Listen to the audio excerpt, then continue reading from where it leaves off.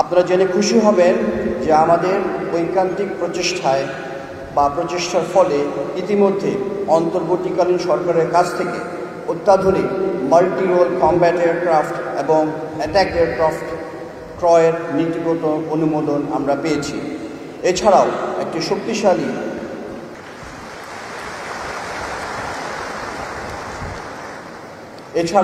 একটি শক্তিশালী ground based air defence প্রতিষ্ঠার লক্ষ্যে উন্নত প্রযুক্তির সারফেস টু এয়ার মিসাইল এবং লং রেঞ্জ রেডার কেনার প্রক্রিয়া শুরু করা হয়েছে।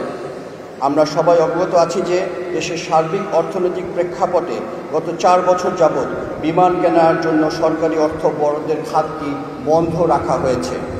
এটা খুলে দেওয়া সাপেক্ষে আগামী 1-2 বছরের মধ্যেই আমরা আমাদের পরিকল্পনার বেশিরভাগ বাস্তবায়ন করতে পারব বলে বিশ্বাস করি।